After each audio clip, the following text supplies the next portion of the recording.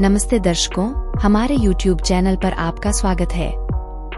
आज के इस वीडियो में हम आपको एक ऐसे शहर के बारे में बताएंगे जिसका नाम अलग हो सकता है, जैसे कि शंभला, ज्ञानगंज या सिद्धाश्रम या शांग्रिला घाटी।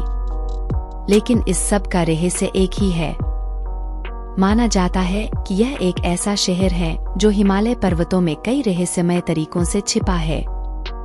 केवल एक सिद्ध योगी, एक सच्ची आत्मा इसको भूल सकता है।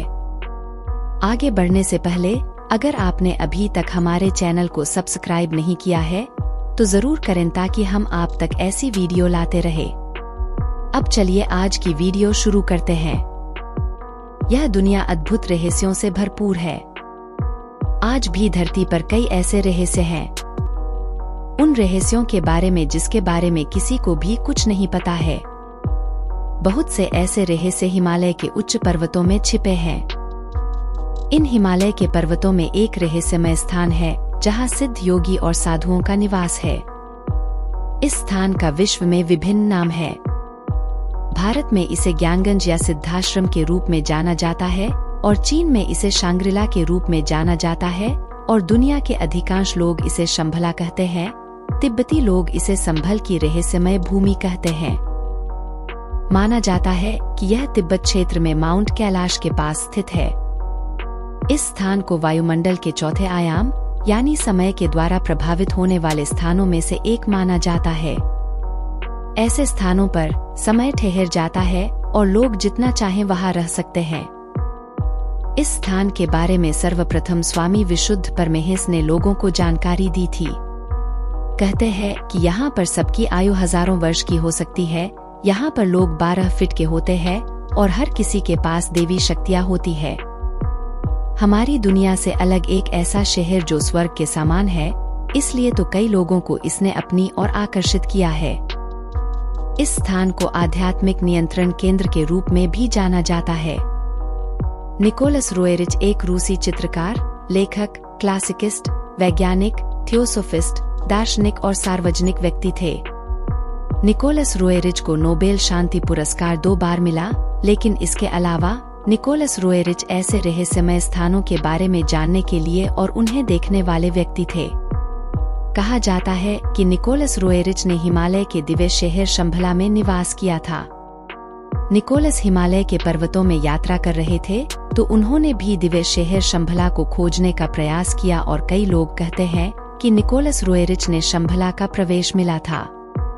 यह इसलिए भी कहा जाता है क्योंकि निकोलस रोएरिच की अधिकांश चित्रों में शंभला से संबंधित वास्तविक चित्र दिखाई जा सकती है। हालांकि निकोलस रोएरिच ने शंभला का सटीक स्थान नहीं बताया। कई लोग कहते हैं कि जब निकोलस रोएरिच ने अपनी हिमालय की यात्रा पूरी की तो वह कई वर्षों तक चुपचाप रहे, या हम कहें कि वह लापता हो गया। लेकिन कई वर्षों तक जब उन्होंने कई चित्र बनाए तो उनमें शंभला से संबंधित कई चित्र देखे गए। लेकिन क्या कारण था कि उन्होंने शंभला का सटीक स्थान नहीं बताया, या हम कह सकते हैं कि शंभला में रहने वाले लोगों ने उन्हें इसे करने से रोक दिया। उन्होंने यह भी कहा कि शंभला का स्थान उत्तरी तिब्बत में है। उन्होंने यह भी कहा कि कई बार जब विश्व में अज्ञात उड़ाने वाले वस्तुओं UFO को देखा जाता है तो वे सिर्फ इस जगह को संभालने के लिए ही आते हैं। शंभला में रहने वाले लोग इतने दिव्य होते हैं कि वे अन्य दुनियाओं के लोगों से भी संपर्क स्थापित करते हैं। ब्रिटिश लेखक जेम्स हिल्टन ने अपनी किताबों में भी शंभला के बारे में बहुत सारी रहस्यमय बातें लिखी हैं और उन्होंने यह भी कहा है कि शंभला का स्थान हिमालय के पर्वतों में है। यह रहस्यमय स्थान कई धर्मों के प्राचीन ग्रंथों में भी उल्लिखित है। हिंदू धर्म की विष्णु पुराण के अनुसार इस स्थान को विष्णु की अंतिम अवतार कल्कि से भी जोड़ा गया है। सनातन धर्म के कई अन्य पुराणों में भी इस स्थान का उल्लेख है।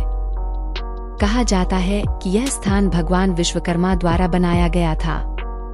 सनातन धर्म में इस स्थान को आर्यावर्त या सिद्धाश्रम के रूप में जाना जाता है। कहा जाता है कि इस स्थान पर 7 चिरंजीवियां मौजूद हैं, जो सनातन धर्म के कई पुराणों में कई बार उल्लेखित किए गए हैं।